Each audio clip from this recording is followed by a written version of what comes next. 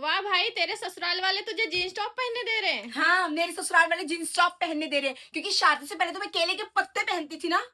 अरे नहीं मम्मी, वो लोग भी ऐसे ही बोलते हैं कि हमने तुझे जीन्स टॉप अलाउ कर रखा है। अलाउ करना क्या होता है? तेरे को सास तो बहुत अच्छी मिली है। हाँ, बहुत अच्छी सास मिली है। एक बार की बात बताती हूँ, मेरी सास ऐसी ऐसी बातों पर नाराज हो जाती है ना, जिसका कोई सर नहीं, जिसका कोई पैर नहीं।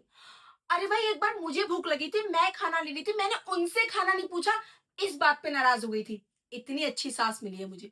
उनसे खाना बनाने से पहले पूछो मम्मी जी खाना खाओगे, खाना बनाने के बाद पूछो मम्मी जी खाना खाओगे, और जब मैं खाना खाने बैठूं तो भी उनसे पूछो मम्मी जी खाना खाओगे। इतनी अच्छी सास मिली है मुझे। इससे ज्यादा फर्क होता नहीं है सास और माँ में। बिल्कुल फर्क नहीं होता। बस एक फर्क है, वो तो सुन के जा।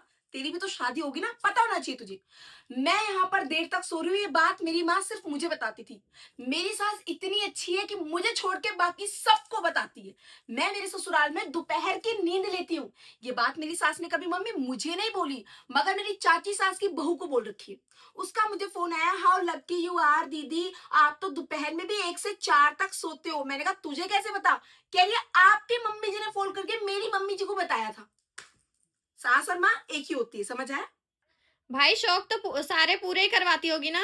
शौक तो सारे ऐसे पूरे कराती है ना, मेरी चाहत ही खत्म हो गई है।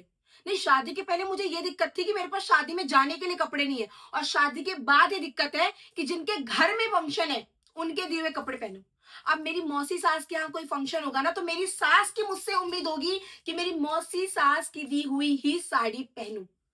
ऐसे शौक पूरे करवाती है मेरी।